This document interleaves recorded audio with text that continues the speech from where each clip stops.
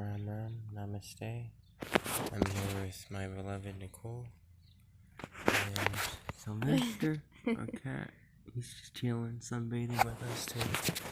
Today we're going to be reading some pages and chapters from Walking Each Other Home, Conversations on Loving and Dying by Ramdas in Mirabai Bush. This chapter is about being with the dying, and it starts off like this. No coming, no going, no after, no before. I hold you close, I release you to be free, because I am in you, and you are in me. That's by Thich Nhat Hanh. Drawn to the dying. This afternoon we decided to talk about how to be with the dying. I've been with only a few dying people, my mother, my sister, my friend Mary McLennan, whom I mentioned earlier, but Ramdas has been with many. He has often said it is the best way to learn about death. The experience of being so close to another human being must change your relationship to others as well, I say. That's true, he says. It changed me. Then he adds, I've gone through stages in dealing with death. When I was a psychologist, I was interested in the psychological response to death from an academic distance: denial, anger, fear, bargaining, depression, loss, greed, acceptance, and so on. And then I met Elizabeth Kubler-Ross and Stephen Levine. Elizabeth sparked my interest in working with people who were dying. She was intensely fond of that work and made it very exciting. She was interested in the psychological and astral dimensions. Elizabeth has exquisitely described the stages people go through as they approach death. The resistance, the denial, the bargaining, the anger, despair, and then the opening space. The beauty of her book on death and dying is that it includes hard data designed to convince the scientific community. In 1976 at Boston University, I said to her, "You have a hard road to hoe to convince the scientific community. I decided a long time ago to just become it. Don't prove anything to anybody," she said. "Well, you and I have different dharmas." Elizabeth did it with no attachment, no clinging, very lightly. I said to her, "Isn't it remarkable how many thousands of beings I've met and lectured this year? So many beings are sitting here with us." Elizabeth, interested in this, sharing this kind of consciousness, she said, "Well, don't you remember? We're all on death row." "What else do you remember about Elizabeth?" I asked Ramdas. "I remember she once came to a retreat I gave and she was caught smoking. I guess she had reached the acceptance stage on smoking," I say.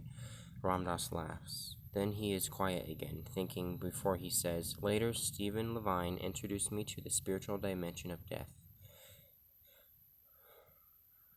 The AIDS epidemic hit. Why did I get so deeply involved? I've only recently understood that it was my homosexuality that drove me to be at the bedside of these guys who were dying. I sat with AIDS patients in San Francisco, Boston, and New York. I remember at the time you said you realized it could easily have been you. Was that why?" I asked. "I was so frightened of getting AIDS that I kept away from other gay men. But then I was asked to sit at their bedsides. These men were getting AIDS from sex, and they were afraid of dying. I was afraid of getting AIDS, but not afraid of dying. Oh boy, this is hard to see and hard to admit. I was so attracted to them, to the intimacy of bedside relationship. Oh boy, oh." I am smiling, I get it. You could say that was Maharaji's way of drawing you into something you needed to learn deeply. Did Maharaji ever ask you about being gay? Gay? He never mentioned my being Jewish. Ramdas is laughing. This chapter is called Together as Souls. Ramdas has said that it is hard for us to be with a dying person until we learn how to see what is eternal, so we can be there together as souls. It's simple, but it's not easy. A dying person needs you to be fully there, just being, listening for what is needed with love and kindness, but not trying to impose ideas of how to die. Just being what he calls a loving rock, appreciating that you're here, that you're two human beings on the edge of the mystery, and that you can share your truth together. You are not your roles, you are two souls. This is it. This is the moment of living truth. You can't hide. Ramdas says it's like God is saying, come on in. When my mother died, he tells me, we were drawn together in a whole special way that we hadn't been in this lifetime, drawn together by just the truth between us. But she had to ask me for my truth, and I had to be ready to give it. And you have to be ready too, not with my words, but with your truth. He is quiet for a while, and then a flood of words come, as if he never had the stroke. This happens rarely, and it is stunning when it does. The wisest beings with whom I had made contact in this lifetime all assure me that a soul leaves the physical plane neither a moment too early nor a moment too late. For most of us on earth who so strongly identify with our bodies and personalities, this is hard to accept. If we have not listened deeply enough inside ourselves to know directly, we consider length of life an asset, which makes it difficult to be with the dying without trying to keep them alive. However, once one begins to look at life from the soul's point of view, the picture is quite different. The spirit of Emmanuel, who is channeled through Pat Rodegas, says a human birth is a bit like enrolling in the 4th grade. We stay just as long as it is necessary to achieve what we need from that specific grade, and then when we are ready to go on for further evolution by leaving this plane. From the soul's point of view, death is a gift. It is grace that quickens your spiritual work on earth. Yes, it takes a leap of understanding, I say, a leap of faith, like the leap Hanuman took from India to Sri Lanka to save Sita in the Ramayana. Immense. It does so people need support. Ram Dass continues. When I started the Dying Project in the 70s with Stephen and Andrea Levine and Dale Borglum, our intention was to create a humane and spiritually supportive environment for this kind of transformative work. I gave hundreds of lectures, led retreats, and formed hospice and training programs for spiritual support of the dying. I sat quietly with many people who were dying amid the often panicked, frightened, confused feelings of their families. All I had to do was keep my heart open and not get caught in my reactions to the situation or deny them. I learned to cultivate certain qualities, fearlessness, and most important, love. I learned that when I could bring soul quietness and feeling that everything was happening was all right, we could come to share a place of intuitive wisdom behind our egos, fear, and resistance. I learned to be a loving rock, to push against, listening, giving strength, awake and receptive. An intimate encounter with the mystery of death is so profound that it can challenge our most basic beliefs and cherished views. We see amazing change and growth, even at the end of life. At the Metta Institute, we teach caregivers to honor the mystery. We help them develop the willingness to not know and to find humility among the unanswerable questions.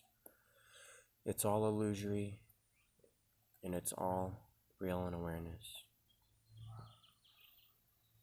It begins in mystery, and it ends in mystery. It's such good work, I say. I hope I'll be surrounded with that kind of love and understanding when I die. I know you will be. Right now I am appreciating Ram Dass, his service, his kindness, love, even more deeply than ever. Then I hear the sound of chopping vegetables from the kitchen and laughter. It's reassuring, and it's time for lunch. This chapter is on a loving rock, it's called. And then it goes on to being the loving rock, some guidelines. There are 9 guidelines. When we sit down again in his room after lunch, I ask Ram Dass, what else should we say about being with the dying? Learning to be a loving presence for the dying is a practice. You have to open to a deeper part of yourself. It helps to have training, but even if you don't, you can be a comforting presence, as I was when I first started doing this work. Then he talks for a long time again, giving more suggestions. Be neutral, natural, and relaxed. Learn to feel comfortable with silence. Sit close to the person. They will feel your presence. Just like in meditation, many thoughts and emotion will come up while you are sitting there. The practice is to notice what you are thinking and feeling, and without judging yourself, to bring your attention back to the person who is dying. The intimacy of the connection becomes a soul-to-soul lifeline. The quiet appreciation of the total situation and its possibilities steadily moves things forward. The challenge is to remain in a space of compassion, reverence for life, and acceptance of death, letting the dying person know that that you know they are dying, and resting in loving awareness in communion with the one who is dying. As people move closer to dying, they often cope with questions about meaning and purpose. They may experience doubt, uncertainty, regret, and sadness. We can't answer their questions, but we can listen carefully and give support as they work out answers for themselves. We listen to their beliefs, fears, dreams, and struggles with quiet, loving presence. If you are a family member or loved one, it's important to say goodbye and to reassure the dying person that those left behind will miss them, but they will be all right. It's okay to let go. You are not alone. This loving reassurance, which releases the dying person from concern, is a great gift at this time. I say, people have told me they sometimes feel helpless when they are sitting with the dying. They think, why can't I stop this? Why can't I help? Am I doing the right thing? What do you do when that happens? Ram Dass says it's about identifying with being rather than doing. The doctors and nurses are doing. You can just be love, a loving rock, loving awareness. The months when my sister Barbara was dying, I tell Ram Dass, I kept having I kept having to let go of who she had been or who I thought she had been because of her dementia. She didn't always know who I was, but she knew I was close to her and she liked being with me. It was actually a great relief. Ram Dass says, it's interesting to notice as loved ones change how much we often hold on to who they used to be. As people approach their death, they are changing very rapidly. You can practice imagining that you are meeting a dying friend or loved one for the first time each time you visit them. Giving up your expectations and judgments, not focusing on who they used to be, but just being there. Yes, that's what it was like, I say. Every day was different, new. Toward the end, she was quiet most of the time, and thoughts about death would arise for me. Will I die soon? Will I be ready? Will I know Dahlia well enough before I die? What happens after death, anyhow? Ram Dass responds, being with the dying is a precious opportunity to learn about death, but only if you can let go of fear and anxiety. It's good to notice sensations in your body as they begin to arise and leave. Notice the fear and the thought attached to it. Pay attention, let go, remember that you are a soul. Return to the dying person with loving awareness. Cultivate humility and equanimity. Humility in the face of the mystery helps us with the frustration we often feel when we think we are supposed to know it all and be in control of it all, when really we're not. Anyways, it's not about knowing it, but being it. You can't know it, you can only be it. We are merely instruments for a process to go on. You are only one part of the whole unfolding. I find a poem by the great Tibetan teacher Patrul Rinpoche I have brought with me today. It's a slightly irreverent translation by my friend, the monk Matthew Ricard. This could be a sitting by the bed poem, I say, and share it with Ram Dass. Don't ruminate about the past. Don't anticipate the future. Don't cogitate about the present. Not tampering with it. Leave mind just as is, this very instant, aware, relaxed. Beyond this, there is not a damn thing. That's good, Ram Dass says. When you are witnessing the universe unfolding as it should, including you playing your part, you can do it with peace in your heart. Just do what you can without feeling it has to come out a certain way. With Barbara, I learned a few lessons, I tell Ram Dass. Smile often. Gentle, light touch communicates love. Holding her hand was simple and comforting. It didn't matter if she remembered my name or that I was her sister. What mattered was that I was there. I did my part, and then what happened, happened. I tried to provide a space of peace for her and to be there in love, to radiate love. And it's important to take care of yourself, especially when the process of dying is long. If you need to go for a walk, do. Don't feel guilty. What's more important is that you are fully there with the dying person. Our friend Sunadana was sitting and meditating with her friend Joyce, who was dying, in a Montreal hospital. It had been a long year and a long day, and it was hard to stay awake, she told me. I was sitting next to the bed, being a loving rock, but I was also reading a mystery. I hoped that my loving self was being transmitted. Joyce knew how much I loved mysteries, and I didn't fall asleep. Ram Dass says you can't take away death, but you can be there in love and comfort as the dying person goes through the changes that lead to death. Sit close enough so that they feel your oneness. You are serving each other by helping each other let go of fear. Alone, it is a daunting task. Together, you enter something bigger than yourself. Love is more powerful than fear. Love is more powerful than death. I tell him when my mother was dying of lung cancer in the hospital, she had trouble breathing. In her last couple of days, I would climb into bed with her, which I had not done since I was little. Even when I was little, I don't remember much close bodily affection from my mother, but now I climbed into bed with her and spooned her, with her back against my front, and I just breathed deeply and slowly. And soon her breathing came into rhythm with mine, and she could relax and breathe. That's good, Ram Dass says. And when I would get up, her breathing would get irregular and again gaspy. I felt like I was supporting her as she got ready. Of course, intimate, beautifully intimate, Ram Dass says. Before Dad died, we had intimacy. Holding hands with George, I ask? And meditating together, Ram Dass says, in a loving place. We sit for a while, remembering our parents. Then Ram Dass says, suffering is grace. It is a part of the process of life itself. Knowing this gives you the ability to stay open to the pain, to the extent that you can rest in the balance and understanding. You can experience the human heart. And even though your heart hurts and keeps breaking, you're still here, and that will help relieve the suffering of your loved one. Do your sadhana now so you can be present enough to accompany the dying person to the last moment of their death. Many traditions believe that the soul does not leave the body immediately, that it withdraws slowly. Tibetan Buddhists believe it can take from 20 minutes to 3 weeks. In some traditions, people meditate, pray, chant, or read from sacred texts at this time. In other traditions, it is important to cry and keen and wail so the departing soul is free to go. Ram Dass says, the most important thing is to hold the person in your heart with love. I remember when my sister and her friend April died, I played the Tibetan Book of the Dead. It's recommended that you do it within days of their passing, and you play the audiobook you can find on YouTube. You can place it on their bed.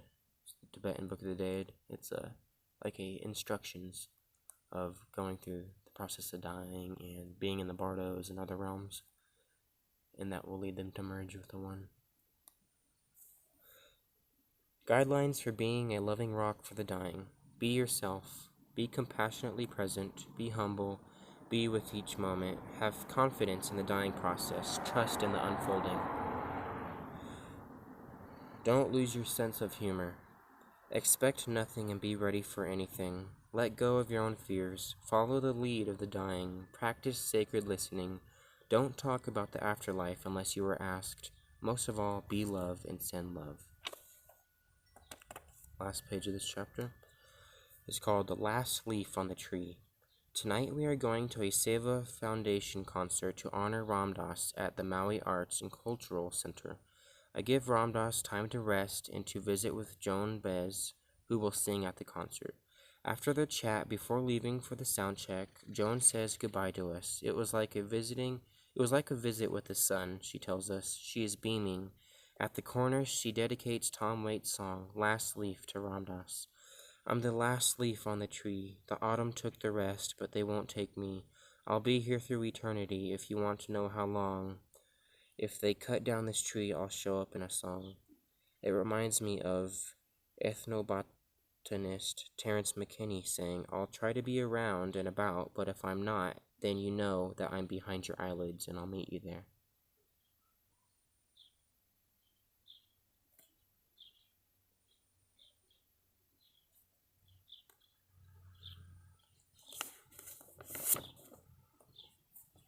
Thank you for joining. Hope you enjoyed. Next video will be about grieving, and we'll finish the book from there. Ram Ram. Did you like it? It's nice just to listen, huh?